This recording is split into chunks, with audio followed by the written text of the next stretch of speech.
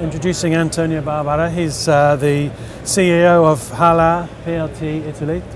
It's all about the port of Trieste. Antonio, tell me about the current infrastructure that you have at Trieste. So the current infrastructure is almost a greenfield terminal. So we acquired a really old general cargo terminal, we renewed and we built up double of these sites, building up a new terminal on piles. So today we have two piers of 360 meters and 440 meters with the two ro-ro ramps, 60 square meters of covered shaded area which comes from the general cargo, and we created in Trieste the first multi-purpose, independent and common user terminal, because up to this terminal most of the facility in Trieste were owned by the shipping lines or by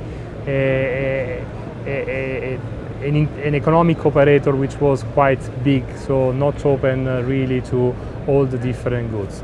1 year ago the terminal was essentially empty, and after 1 year we start to have 7 regular weekly services. We double our general cargo because we added a new customer, and the terminal it looks quite full, and now we are already thinking about how to expand the terminal to answer the market needs.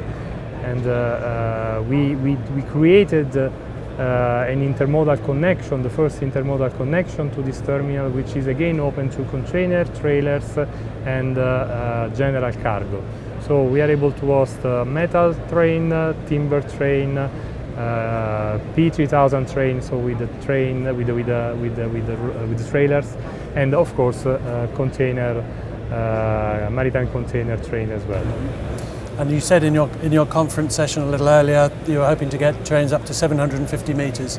When do you hope to have the capacity for those? So the line from Trieste to Tarvisio will be ready to host a 750 meters train by 2023.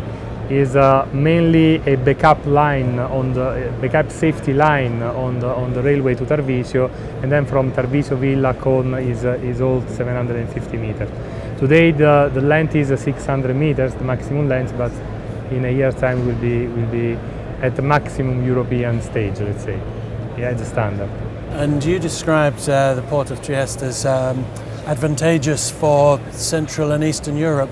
What sort of advantages can you offer versus some of the more maybe traditional or heavier used routes, for example through the north, up to the North Sea? So if you just think about the distance between Trieste and North Europe from Suez is 6-7 days of sailing less. That means that in a Far East line you may deploy one vessel less with one full set of container less, and by consuming more or less less bunker for 2000 nautic miles less. This is an advantage which goes on different levels. You are going to save assets because of vessel equipment, you are going to save bunker, but you are going to sell the goods earlier. So if you have fresh fruits from North Africa and you choose this line, the product can be on the shelf 7 days earlier. That means that again they can stay seven days longer in the shelf. The good, fresh or not fresh, can be sold 5, 6, 7 days earlier.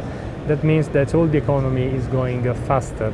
I had a conversation with the supply chain director while I was working in Turkey, and I was trying to convince him to move from the full truck to the container business. I said, Antonio, each truck it costs 2 million euro of value. If I'm going to switch to a slower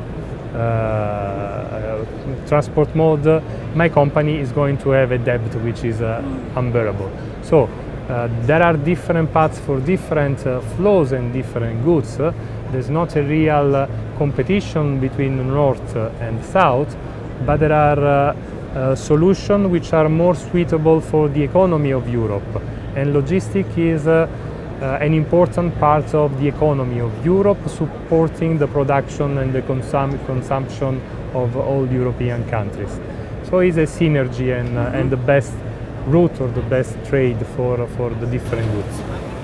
And I guess always at the heart of that, you're taking vehicles off roads wherever possible. Sustainability is at the heart of what we're talking about here at TOC Europe this week. The climate in Trieste is favourable for clean energy. You've got sunshine and wind. Yes, this is while we are projecting the expansion of the terminal, we are really looking about how to make it carbon neutral or more.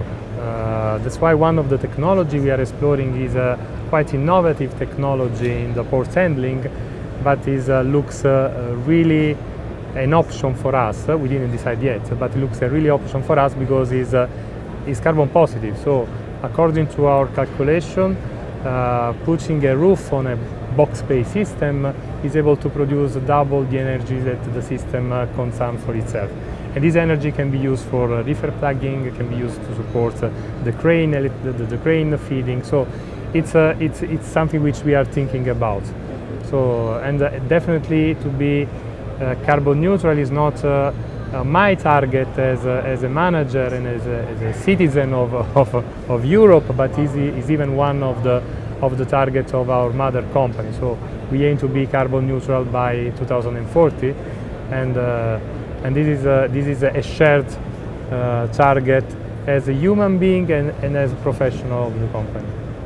And finally, Antonio, you said during your presentation how happy you were to be back in the real world. Well, here we are in Rotterdam at TOC Europe, the first one we've had since 2019. How are you enjoying the experience of being in the world again? So I really, it's like a dive in the past. So it's more than 2 years which we are not able to see each other's face.